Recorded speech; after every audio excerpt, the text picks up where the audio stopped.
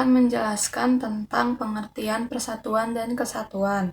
Persatuan dan kesatuan adalah konsep yang mengacu pada ikatan batin dan semangat kebersamaan antara individu atau kelompok dalam suatu masyarakat, bangsa, atau negara. Konsep ini menekankan pentingnya kolaborasi kerjasama, dan solidaritas antar warga negara, terlepas dari perbedaan suku, agama, budaya, ras, dan latar belakang sosial ekonomi.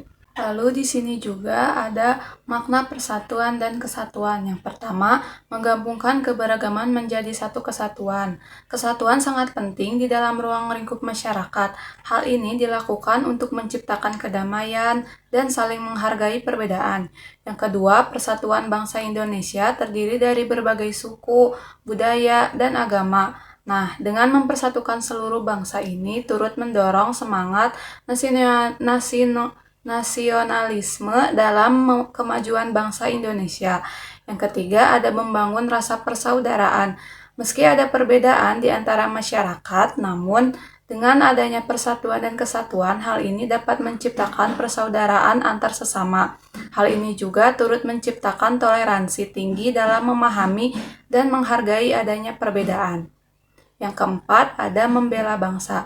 Dengan adanya persatuan dan kesatuan, seluruh masyarakat Indonesia akan bersatu untuk membela bangsa dari berbagai konflik, baik itu dari ancaman, dari dalam maupun luar. Sebab bangsa yang telah bersatu akan sulit untuk digoyahkan. Apa aja sih faktor pendorong dari persatuan dan kesatuan? Yang pertama, rasa bangga dan cinta tanah air. Yang kedua, cita-cita bangsa. Yang ketiga, rasa saling menghormati dan menghargai. Yang keempat, keinginan untuk bersatu. Yang kelima, Pancasila. Dan yang keenam, Bhinneka Tunggal Ika. Selain faktor pendorong, ada juga faktor penghambatnya, yaitu satu keberagaman yang ada di dalam masyarakat Indonesia. Faktor ini salah satu penghambat jika tidak diiringi rasa toleransi, saling menghargai, dan saling menghormati. Yang kedua, ada geografis. Dari kondisi geografis yang berbeda-beda ini, bisa jadi faktor yang melemahkan persatuan dan kesatuan jika ketimpangan dan ketidakmerataan pembangunan masih belum bisa ditangani. Yang ketiga, muncul gejala etnotisme. Sikap ini yang menonjolkan kelebihan budaya sendiri dan merendahkan budaya orang lain.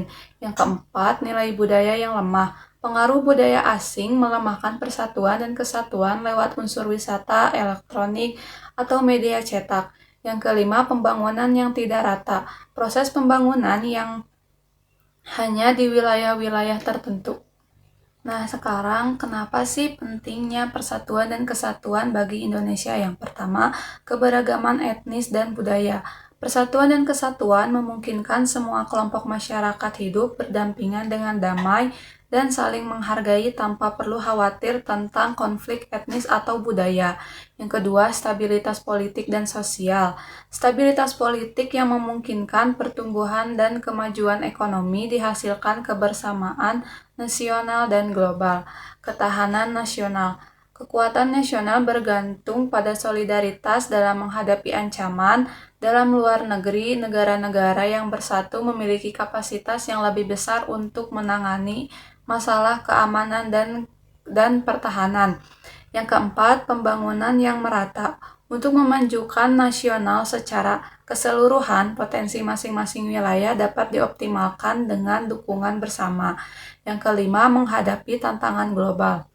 Persatuan dan kesatuan memperkuat posisi Indonesia dalam menjalin kerjasama internasional dan merespon ke tantangan bersama dengan negara lain saat menghadapi tantangan global seperti perubahan iklim, krisis ekonomi, dan atau pandemi. Yang keenam, identitas nasional. Warga Indonesia memiliki identitas nasional yang kuat dan jelas yang terbentuk oleh rasa persatuan dan kesatuan. Hal ini mempertumbuhkan cinta tanah air, kebanggaan, dan keinginan untuk membantu kemajuan negara.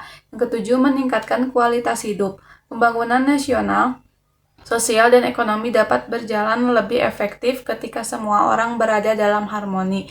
Dengan dukungan bersama dari seluruh masyarakat, penanganan kemiskinan, kesehatan, dan pendidikan dan kesenjangan sosial akan lebih berhasil. Kedelapan, pencapaian tujuan nasional. Persatuan dan kesatuan adalah penting untuk mengatasi berbagai tantangan yang dihadapi saat mencapai tujuan nasional seperti kesejahteraan masyarakat, keadilan, dan kemakmuran. Kesimpulan dari persatuan dan kesatuan adalah upaya untuk bersatu dalam mencapai suatu cita-cita yang bentuknya adalah kepentingan bersama dan bukan kepentingan sendiri, sehingga dapat mencapai kemakmuran bersama di dalam kehidupan masyarakat yang adil dan makmur. Persatuan dan kesatuan masyarakat memiliki nilai-nilai yang manfaat dalam kehidupan bermasyarakat, yaitu nilai kebersamaan, nilai kebebasan, kekeluargaan, persaudaraan, dan lain-lain, yang menjamin keselamatan dan kenyamanan bersama. Terima kasih.